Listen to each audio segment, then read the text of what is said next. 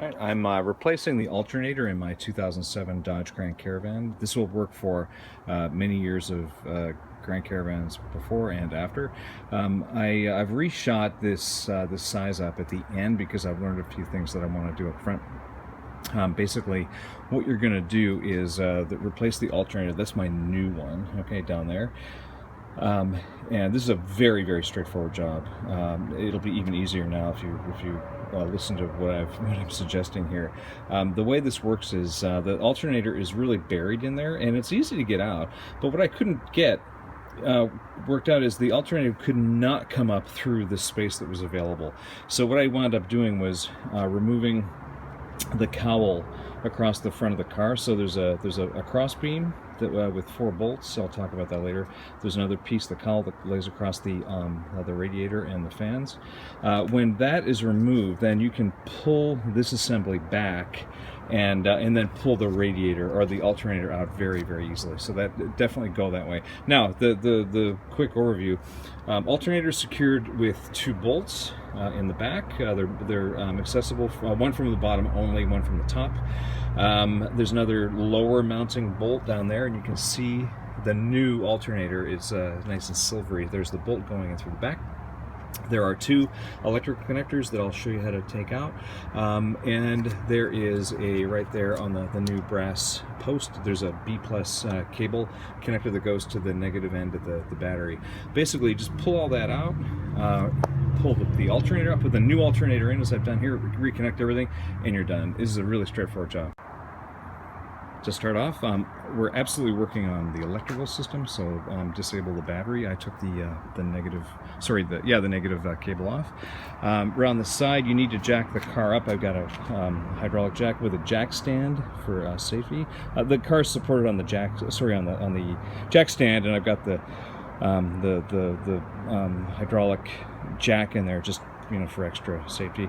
Take the wheel off. You'll have to remove the splash guard here, and there's another square. I call it it's like a dust cover down there. Pretty standard. There's plastic pins that push it through. You can see the holes around. If you have a forked screwdriver or something that fits underneath the pins, just use that and pop it out.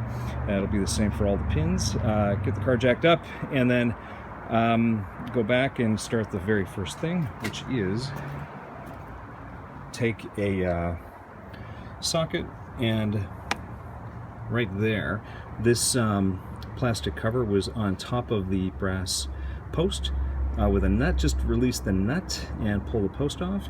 Then pull to do these red electrical fittings on these Dodges, Chryslers. Just push the red pin. There's a tab. Grab the tab, pull it out, and then this fitting will just pop right off. There's another one on the bottom. I'll show you now. Right, this is looking at the electrical connector from above. There's the top of the alternator. This is the connector you're trying to undo. You can see down there. This won't focus very well. Anyways, won't focus, but that's the connector right there in black, and you can see the little red tab right there. You could probably get that from the top if you're able. I went below, and I just got the screwdriver, and I just wedged it, and I rotated it like this from below, and the tab popped out. Then just from above, just grab the connector. Get my hand in there. Just grab. There's a tab right underneath that you depress and then pull, and it'll come out. The Haynes manual talks about the dipstick having being bolted in on the bottom, etc. My car doesn't have that at all. The dipstick just curves gracefully around the outside of the engine. All right, I'm going to take off that lower mounting bolt on the bottom, and so what I did, you can probably get in there different ways. If you've got the right thickness or size of socket wrench or whatever, you could probably get it on there somehow. What I did is I took off this spark plug wire, the far left, and then you can see I've got a wrench attached on here. It's a 15 millimeter. This is a ratcheting wrench. See it down there. It's on the bolt, and this thing, if you don't have a set of these ratcheting wrenches, you're missing out, because these are just so helpful. Okay, so that cracked the bolt very, very easily, and I can just ratchet that back and forth until it comes off. I'm going to leave it in place just until I get the 2 bolts on the side. And there's one. This is looking down at the alternator. There's one right there. And there's another one directly below it. And I find when I do these sorts of jobs, it's helpful to look at the replacement part. So I'm going to just get my replacement alternator out here. So this is the same position it will be in. Just going to change the focus here. This is the same position it's going to be in. So there's the existing general placement. There's the post for the B plus wire to the ground. There is the first left side passenger side mounting bolt. There's the second one down there, and then you can see down there, right there, that's the lower mounting bracket, right, the one I just took off. So just those 3 bolts and this whole thing comes off. All right, now to take off the serpentine belt, it's very, very straightforward. There's the belt there. I've already loosened it. And the way I do, you can buy a special tool that will grab onto and pull the idle tensioner down, but that's the idle tensioner up there.